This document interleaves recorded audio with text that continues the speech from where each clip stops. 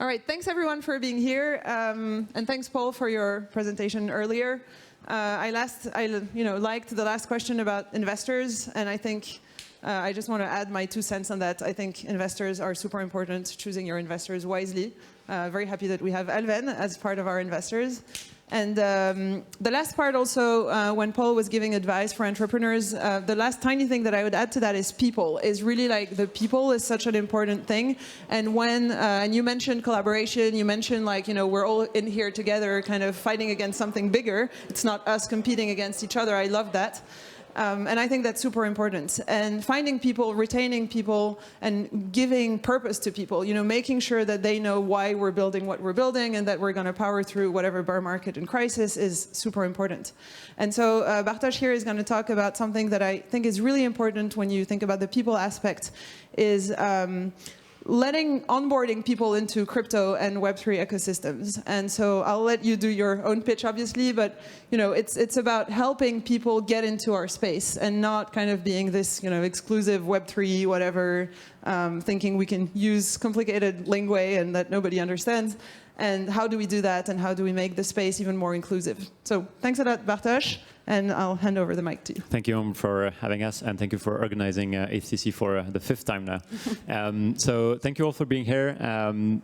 The topic of today is like, what lessons can we derive from Web2 to build better and more sustainable companies in Web3? And there are many of them, as you'll see. So maybe a bit of introduction first about Alven, so who we are and what we've learned from Web2 and why sort of this topic was important for us. So we're, no surprise, a venture firm based in London and Paris, has been around for a bit over 20 years. We have $2 billion under management, and our latest fund that we raised last year is $350 million. So we're focused on early stage, seed, Series A, tickets from, say, 1 to 10 million euros.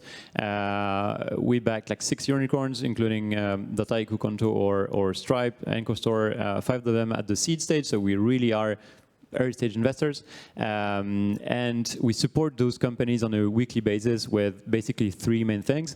The first one is obviously your investor, as Paul was referring to, is a real sparring partner on everything around product market fit iterations, distribution channels, hiring, and so on.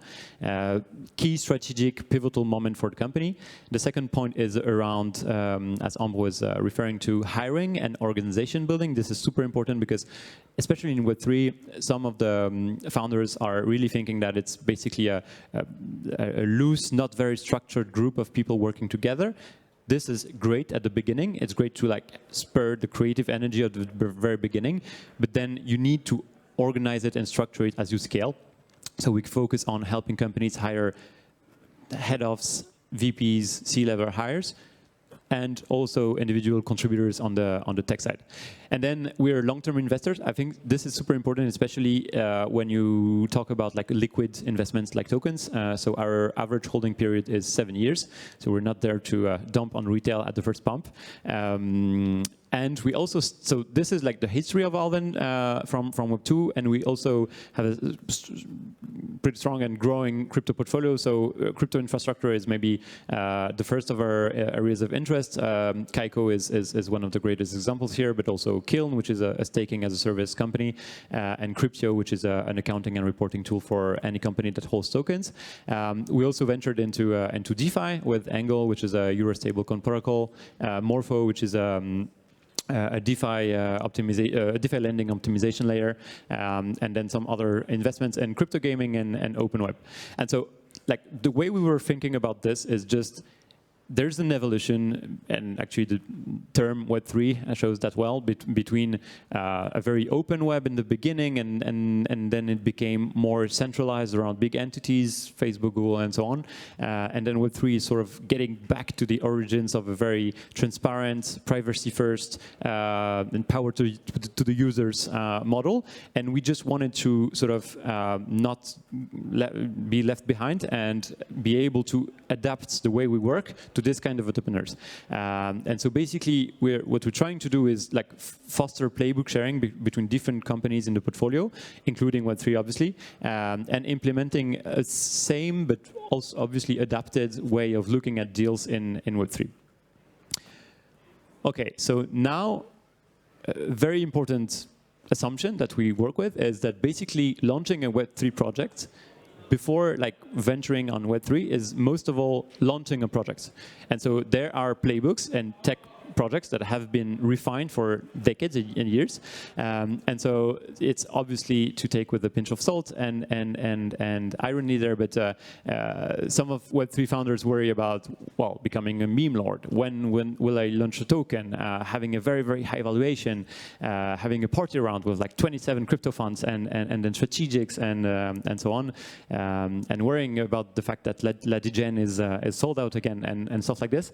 And this actually is maybe not the top priority that Web3 founders should be thinking about when launching the project.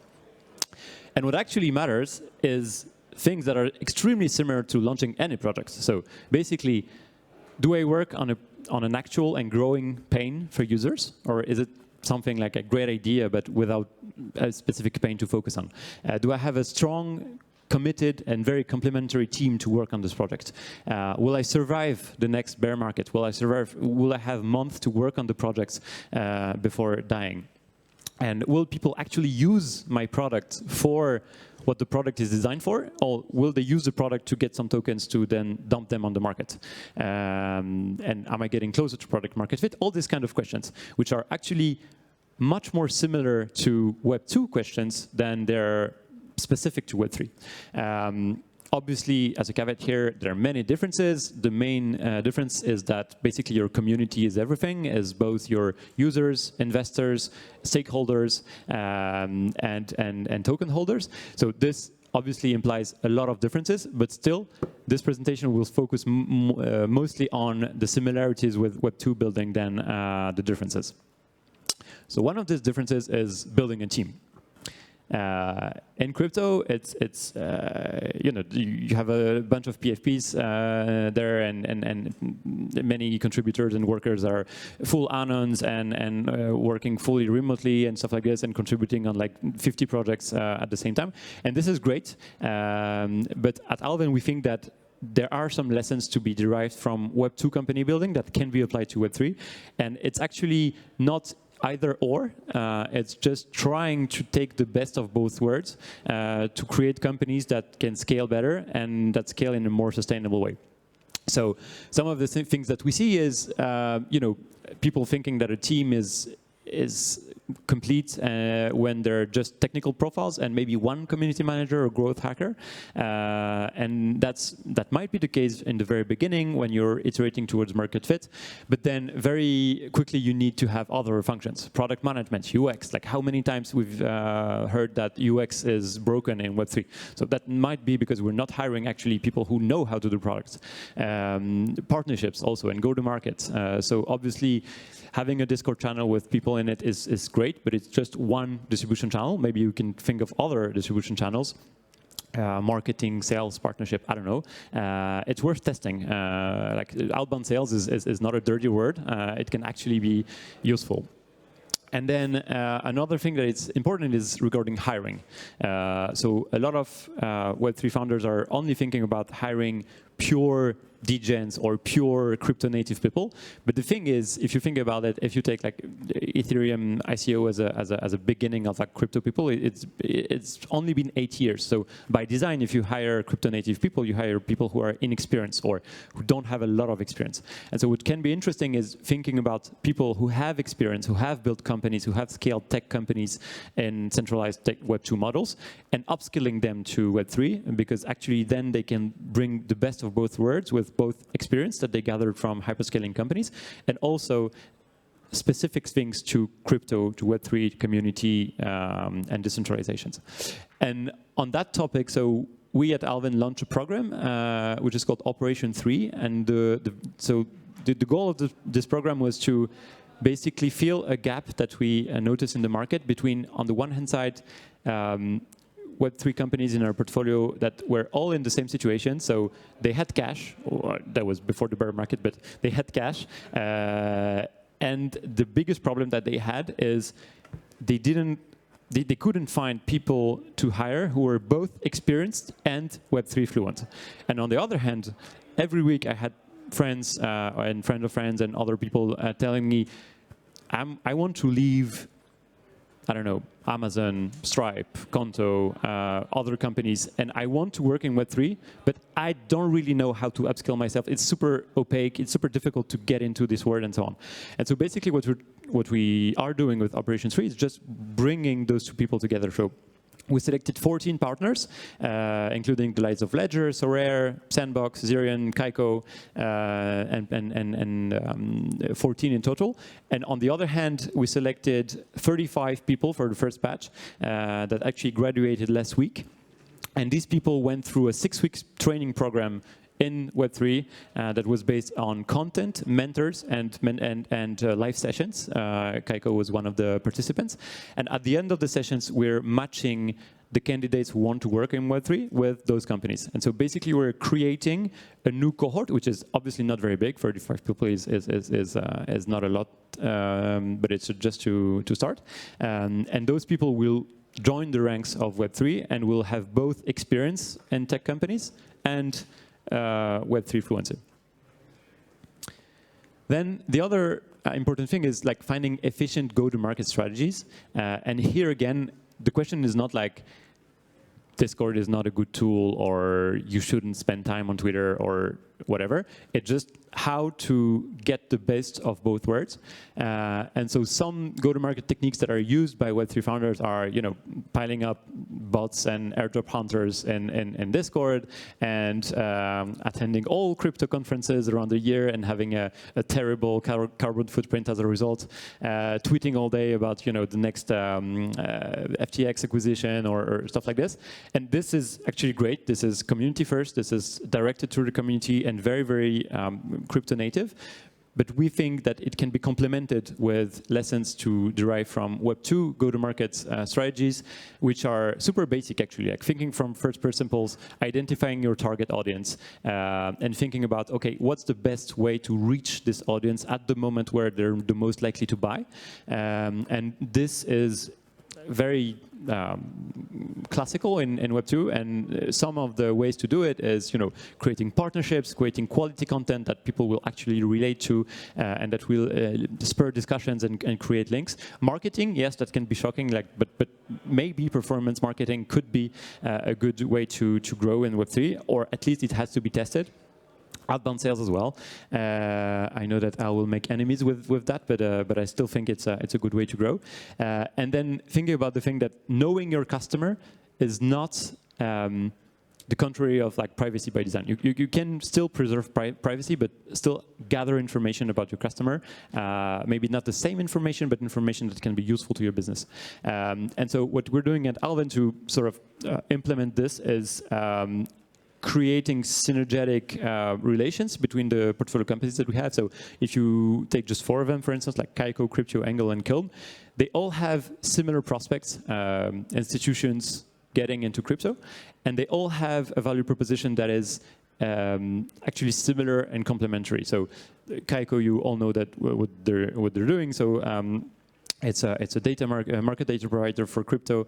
Crypto is actually a reporting and accounting tool, so also serving corporates and institutions willing to invest in crypto, and Kiln in staking as a service. So they're also targeting basically the same customers, which are institutions related to crypto. And that's actually one of our biggest, and Paul referred to it just a few minutes ago, but there's a growing institutional and corporate adoption of crypto, and that's actually one of our biggest investment theses. And then the last thing, and actually here I'll repeat some of the things that Paul mentioned, but surviving bad news or a downturn or an accident or bear market is also something where lessons can be derived from Web2 and applied to Web3 founders. So the first one, ensuring you have a sound business model. That's obvious, but basically you don't have a business if it doesn't make revenue. You have a project, and so then actually instead of designing super complex tokenomics that only work in a bull market, then maybe just thinking about some very basic business models from Web2, like taking a take rate, like OpenSea is doing, or having a subscription, or having commission, or pre-sale, like basically a utility token ICO is nothing more than a pre-sale, so you sell a product and you ship it after, and then doing token buyback, which is basically just the same logic than share buyback in the web2 world. But this is like, don't hesitate to refer to battle-tested web2 business models. Obviously, adapt them to web3 because it's a bit different, but still, it's a good inspiration to have. And then ensuring you have enough cash to survive. Obviously, that's especially important in a bear market, but be very, very proactive and agile in the way you actually think about your costs, your revenues, your funding. Your funding can come from VCs, it can come from grants, it can come from your users, it can come from partnerships, it can come from various sources, but this is super important. And so actually hiring people that have experience in finance, for instance. It may sound completely odd for an early stage crypto project, but actually, if you don't survive the bear market, then you're still better off hiring someone than not hiring someone. And to finish with, keeping the team spirit is especially important in a bear market where it's not all green on Blockfolio and it's difficult to keep motivated, and so a lot of playbooks around hiring, management, onboarding, culture design have been implemented in great companies like Airbnb, Google, Stripe, or others. And actually, I think there's more similarities to be taken to Web3 than differences. Obviously, there are some differences, but I think it's important to keep in mind those similarities. And then as a case study, so the one thing that I wanted to focus on here is exactly like Paul mentioned. So basically, VC-rooted funds coming into Web3 are statistically more like longer-term thinkers than hedge fund guys who are going into Web3, just because they're used to having timelines in years rather than in days or months, and this can have a big impact on having someone who's actually committed to your success. And so that's why, to one of your questions, I would still recommend to have at least 1 or 2 investors who are very committed, rather than like 27 funds who chipped in $200K and don't really care. And that's it for today.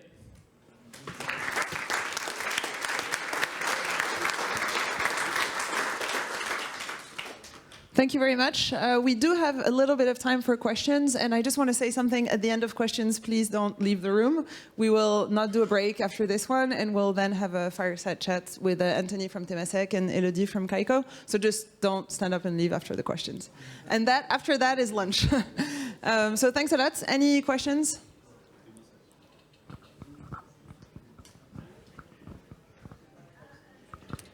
It's more an open question. We all know very talented people from Web2 that have the imposter syndrome in Web3.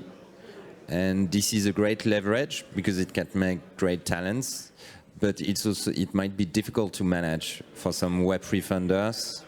Do you have any tips on this or advice for the funders? Sure, I think it depends on the stage of the company.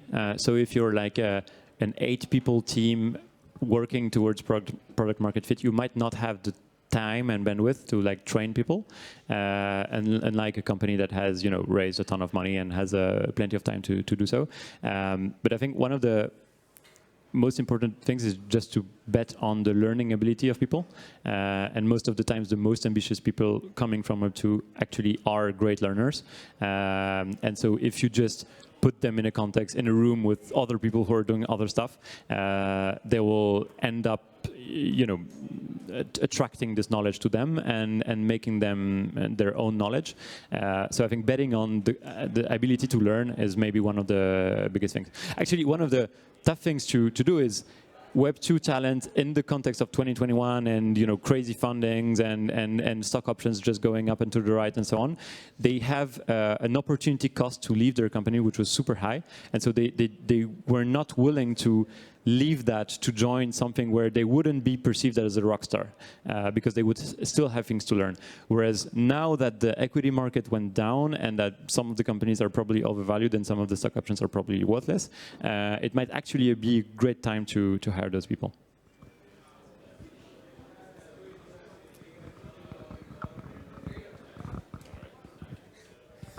Hi, thanks for the session. I appreciate you sharing. Vasily from Velvet Capital. So one of the things you mentioned is institutional adoption, so that's something that we're looking at as well. And the question is, how do you actually build a sales process? And I think the side question to that, how do you make sure your VCs and your investors can help you there? Like, what do you look for? Should I look more at traditional VCs with like connections in the traditional space? Or, like, what's your take on that? That's a great question. So I think the first thing is just to respect sales, because sometimes it's not something that Web3 founders are respectful of. They just think like, if I build a great product, they will just all come to me and that's it. And that's usually not the way it works. And so just that's the starting point. Basically, just be open to testing new go-to-market things that you haven't tested before.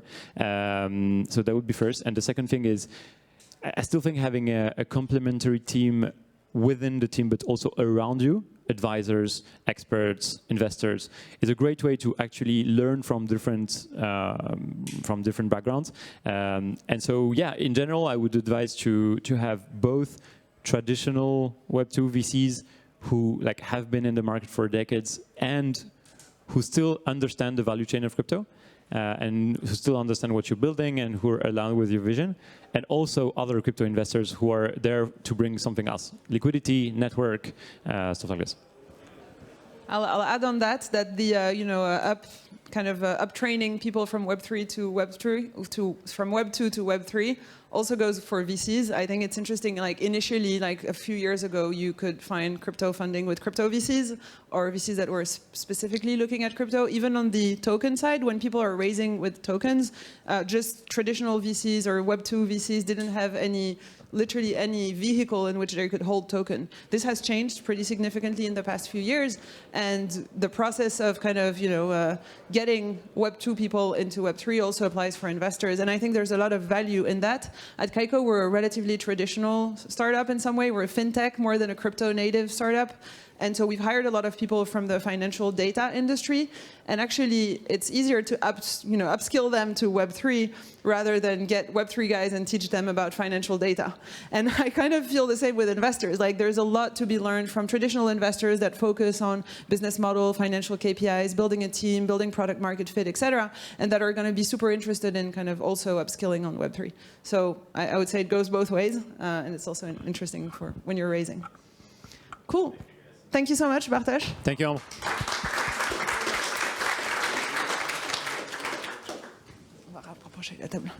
We're gonna, since we don't have a stage, we're going to have our next chat here.